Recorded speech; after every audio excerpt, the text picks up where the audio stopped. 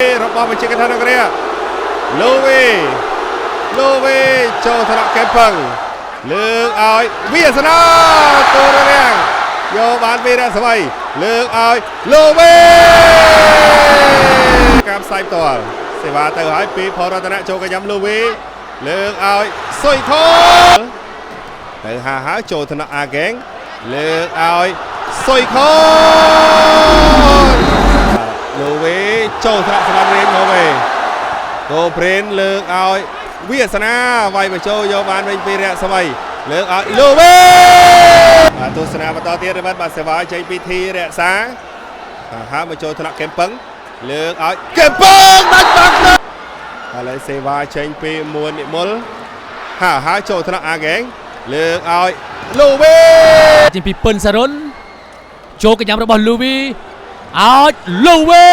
យកបានពីពិនសារុនឲ្យគួនមក7ទៅបាទកីឡាករសារុនសំទោសលីសាច្រើនមែនទែនរលកាន់សេវារបស់គេអាហ្គេងទៅសាទៀតរបស់ហ្គេមផឹងឲ្យហ្គេមផឹងបោះដៃពីរយកបានប៉ាឲ្យអាហ្គេងហ្វ្រេនចូលទៅអាហ្គេងឲ្យលូវីបោះបន្តិចយកបានពីខូហ្វ្រេនបាហ្គីលឲ្យណា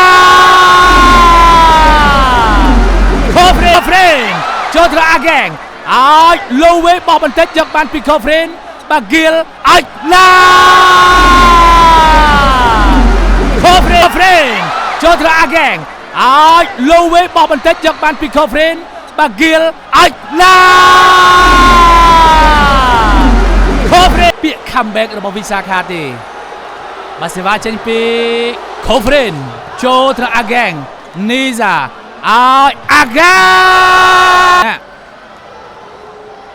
បាទរតនៈទេសវាស្ទើរផ្អប់ស្រាលចូលទៅអាហ្គេងនីសាឲ្យស៊ុយខនណាវាសនាចូលថ្នាក់អាហ្គេងលើកឲ្យស៊ុយខនណាវាសនាចូលថ្នាក់អាហ្គេងលើកឲ្យស៊ុយខ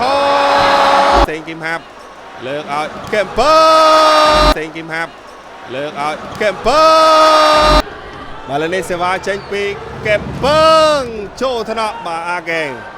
លើកឲ្យលូវីបានទេសេវាមកឲ្យចូលថ្នាក់កែមពឹងបាទលើកឲ្យកែមពឹងអូសាតូបញ្ជាកណ្ដាលរករាឡាជាម្ចាស់ជើងឯងដៃចូលលេខរដូវកាលទី3រដូវកាលជួបអូសាតូ